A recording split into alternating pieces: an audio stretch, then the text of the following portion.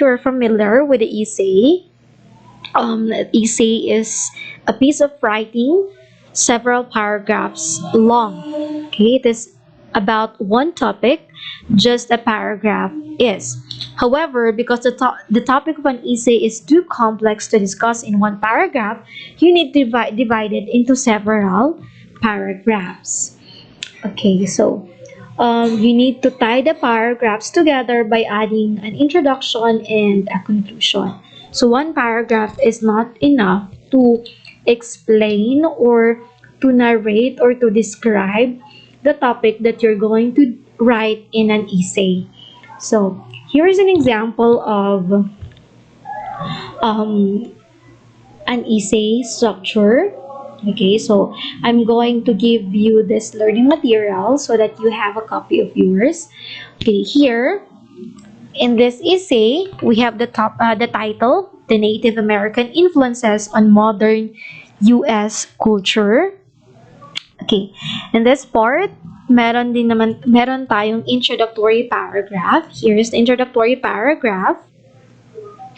And then the thesis statement na mention dyan. Now, we have the body paragraph, the first paragraph, and then marami tayong paragraph for the body. We have the second body, the third, the fourth paragraph, and then after that paragraphs or the body, we have the concluding paragraph. Once you've concluded your essay, and then that means that's the end of your essay. So this is an example of an essay.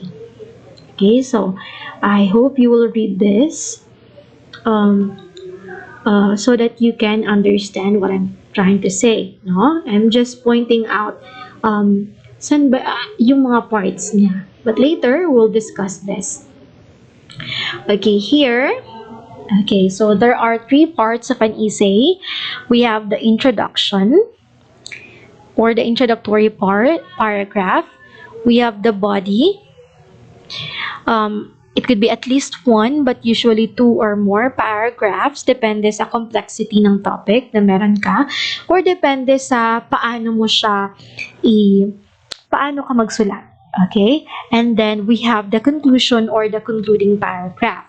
Now, we have this chart to see yung flow ng isang essay with those parts. Okay? So, here, we have the ito yung essay natin. Then we have the introduction.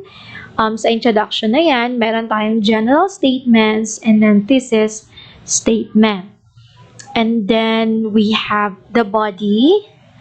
Okay, so sa body, if you have 3, pag meron kang if you have 3 paragraphs, then you have 3 topic sentences. So, sa first paragraph mo, may topic sentence ka and then yung supporting sentences mo para maging isang paragraph. Yan yung discussion sa week 4, right? The structure of the paragraph. Now, in the conclusion, it is the restatement or summary of the main points or the final comment of the writer. Okay? So, let's discuss it. The introduction consists of parts, yung sinabi natin kanina, yung general statements and the thesis statement. Yung body naman consists of 1 or more paragraph, and then the conclusion, again, yung conclusion is a restatement of the introduction or the summary or review of the main points discussed in the body. So an essay has unity and coherence just as a paragraph does. Transition signals and the repetition of key nouns link the paragraphs into cohesive whole. So dapat meron siyang unity and coherence. In the introductory part, let's discuss one by one, no? So, introductory part, meron tayong 2 parts. We have the general statements and the thesis statement. Sa general statements na yan, in general statements, it introduces the general topic of the essay, and this captures the reader's interest. In the thesis statement, it states the specific topic. Okay, so it may list subtopics or subdivisions of the main topic or subtopics, and it may indicate the pattern or organization of the essay, and it normally the last sentence in the introductory paragraph. So, yung thesis statement, pwede nating makita sa um, first or last part of the paragraph. So, tingnan natin dito yung example na kanina, no? So, here is the introductory paragraph na meron yung essay kanina. So, let's see. Let's see. Okay. When the first, hindi ko na babasahin, it's too long, no? So, here, as you notice, the first sentence is about the arrival. Ito yung first sentence natin, no? So, it is about the arrival of Europeans and their encounter with new cultures. The next sentence, ito, yung next sentence natin, let's highlight this. The next sentence points out that there were large differences between European and Native Americans. And then, the next two sentences, ito yung natira, say that two-way cultural exchange happened, but the direction of the exchange and the specific items are not identified. Okay, so yan yung point or yan yung minimean ng first or ng introductory paragraph natin. So, here, paano ba natin malocate yung thesis statement? So, in the thesis statement is specific. It gives the direction of the exchange, yung Native American influences on modern U.S. culture, and the list of the subtopics. It's about language. Yung mga subtopics natin are about language, art, food, and government in that specific or in that specific essay, right? So, ito yung example ng thesis statement na meron yung essay natin na nasa taas. Okay? So, ito yung thesis statement. Again, it gives the direction of the exchange and the list of the subtopics. Now, paano ba natin malalaman yung yung introduction or introductory paragraph? So, let's have this model. So, we have this funnel model. Okay? So, yung paggawa daw ng introductory paragraph looks like this. You start with the general statements and then you specify your topic. This is called thesis statement. Okay, so the next one, other kinds of introductions are good for capturing your reader's attention. So here are the other examples of introductory paragraphs that you can do. We have the introductory paragraph na dramatic, interesting, or funny story. So with this, kapag meron kang dramatic and interesting or funny story as your introductory paragraph, then it catches the attention of the reader. Right? Because it is dramatic, it is interesting, parang it arouses their interest na, uy, babasahin ko to. So, with this, it is very important na yung introductory part pa lang, kailangan na it is interesting para ma-hook yung reader mo. Okay, so the next one, it could be sa first paragraph na surprising. Okay, paano siya surprising? Pwedeng gumamit ka ng statistics or facts. For instance, like this. Got high blood pressure? Try a truffle. Worried about heart disease? Buy a bonbon. It's best news in years. So, with this, it is very surprising, right? So, it can hook or engage your reader. The next one, it could be historical background. Make sure that in that historical background, it is also interesting. Baka yung historical background na yun is not necessary kaya hindi siya babasahin. So, in that historical background, it should be also interesting. No? Okay. Paano ba yung thesis statement? Na-mention natin kanina, no? So, the thesis statement is the most important sentence in the introduction. Again, the most important sentence.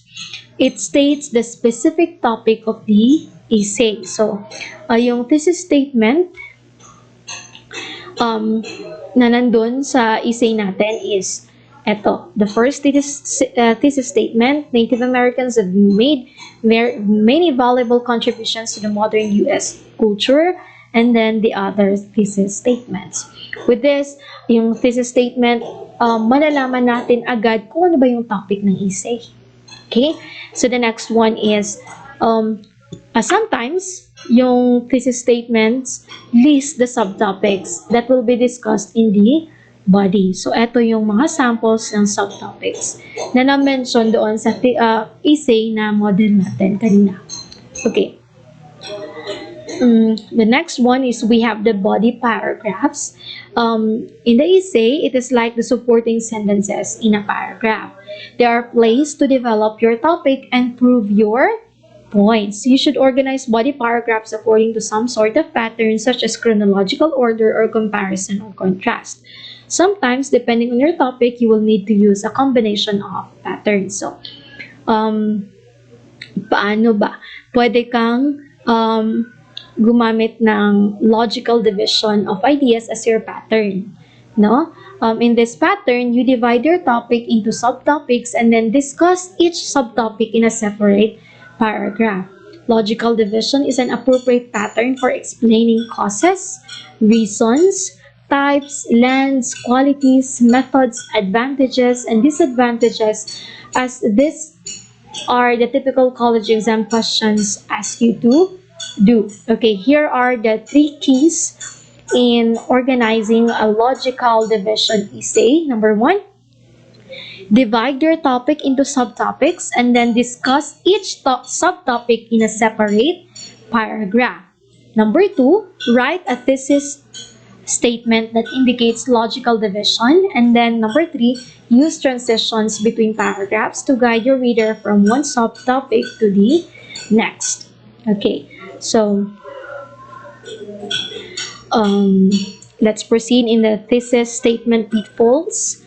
So the rest, I skipped the rest of the discussion because I wanted to read it, okay? Para malaman nyo, kayo mismo yung makadiscover na.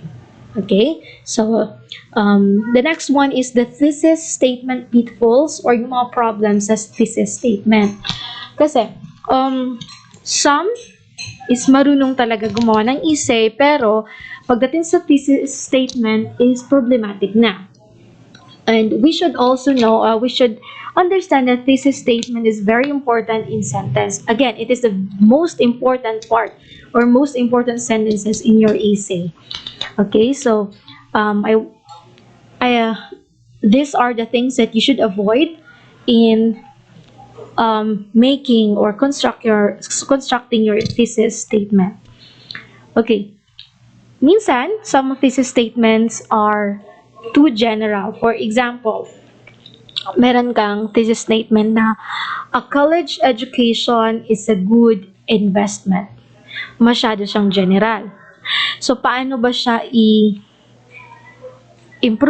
Pwede mong gamitin yung eto. A college education is a good investment for 4 reasons. With this, na-specify mo. It means, eto, nagsisignal siya na, uy, yung paper na to or yung article na to or yung essay na to is about college education as a good investment for 4 reasons. So it means, in your essay, mame-mention mo yung 4 reasons na yun kung bakit good investment yung college education. Okay? Another example is kapag sinabi natin, lasers are very useful. Again, it's very broad or too general, right? So, pwede mo siyang i-improve as lasers have several applications in industry and medicine. So, in this, makikita mo na it's specified and at the same time, hindi na siya general. Okay? So, yan yung some problems ng thesis statement. So, avoid being too general in constructing the thesis statement. Number 2, the thesis makes a simple announcement. Minsan, nagiging announcement na lang yung thesis statement. For example, sinabi nung writer, I am going to write about sports injuries. So, it's a no-no. No? So, it is a no-no. Para ma-improve to, you can say, avoid sports injuries by taking a few simple precautions. Okay? So, yan. So, from this, may kita mo na yung thesis statement is something that states about ano yung magiging laman ng essay mo.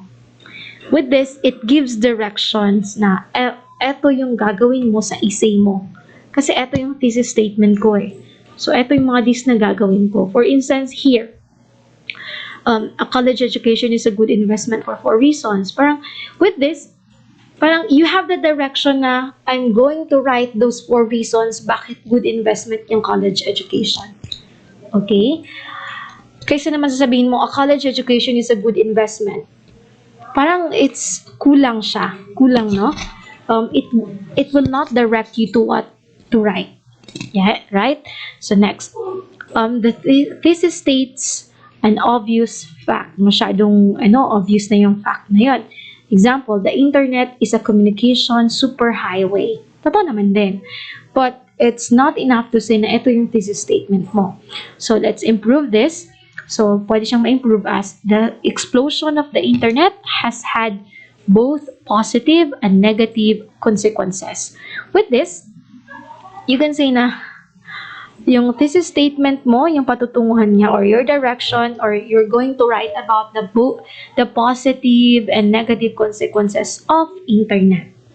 Instead na saying na the internet is a communication superhighway. Okay?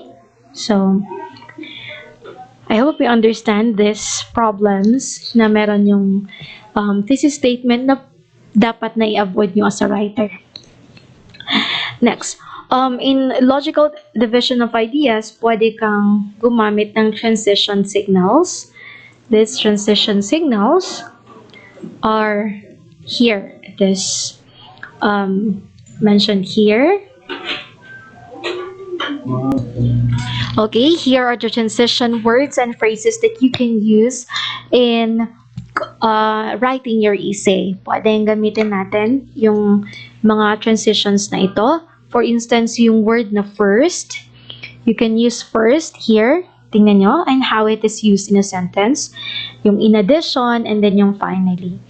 And then, in using transition words, you should know ano yung meaning ng mga transition na yon. For instance, pag you want to add something, then you may use the in addition, right?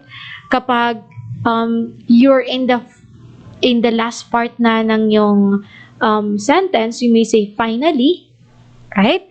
Or when you say kapag sa first pa lang, mag-enumerate ka ng something, then you may say first, okay?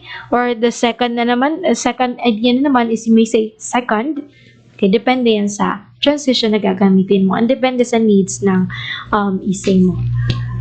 And you may use coordinators also. Those coordinators are the and, both, and, not only, but also. Okay?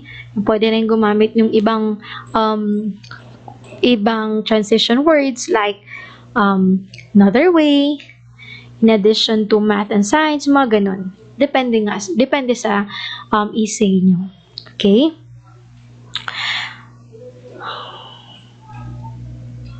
Okay, here is the example of the paragraph transition. So, in here, gumamit tayo ng transition words. So, ito yung introductory paragraph ng essay na ito, and then ito yung body paragraph. So, ito yung conclusion niya. Tingnan natin yung paano ba ginamit yung transition sa every paragraph. So, in the paragraph 1, gumamit siya ng one way. Okay, yung transition niya. And then, second paragraph, another way, diba? Connected pa rin siya. In the third paragraph, gumamit ng transition phrase. Okay, transition phrase, yung mahaba na. In addition to cutting off and tailgating other cars, yan yung transition phrase. And then, yung body paragraph 4, meron siyang transition clause. Yan yung, although law enforcement authorities warn motorists against aggressive driving, so then supporting sentences agad. Okay, so and then we have the concluding paragraph. Yung concluding paragraph naman, gumamit siya ng transition words na to conclude or pwedeng gamitin in conclusion, ganon. Okay, so yan yung transition paragraph, transition words na ginagamit sa paragraphs or sa body ng isang essay. Okay. Next is we have the concluding paragraph. The conclusion is the final paragraph in an essay and it has 3 purposes, okay? The first purpose is it signals the end of the essay, and to do so, begin your conclusion with a transition signal. Okay? Yung transition signal na yon is pwedeng gumamit ng in conclusion or to conclude. Number 2, it reminds your reader of your main points, which you can do in one of 2 ways. You can summarize your subtopics or paraphrase your thesis. And then it leaves your reader with your final thoughts on the topic. This is your opportunity to convey a strong, effective message that your reader will remember. Okay, so the third one is it leaves your reader with your final thoughts on the topic. And this is your opportunity to convey a strong, effective message that your reader will remember. And here are the techniques that you can use to write a memorable conclusion. Okay? Again, memorable conclusion yung gagawin natin. So, yung introductory part, it should be catchy, no? The reader should be hooked with your paragraph or your introduction. Now, sa conclusion naman, it should be memorable. So, you can make a prediction. Okay? So, you cannot just only make prediction, but also you can suggest results or consequences. Another one is you can suggest a solution, make a recommendation, or call for action. Okay? And the last one is you can quote an authority on the topic. Okay, so I hope you understand our lesson for today about the structure of essay. Okay, so this ends our discussion for today. Thank you for listening.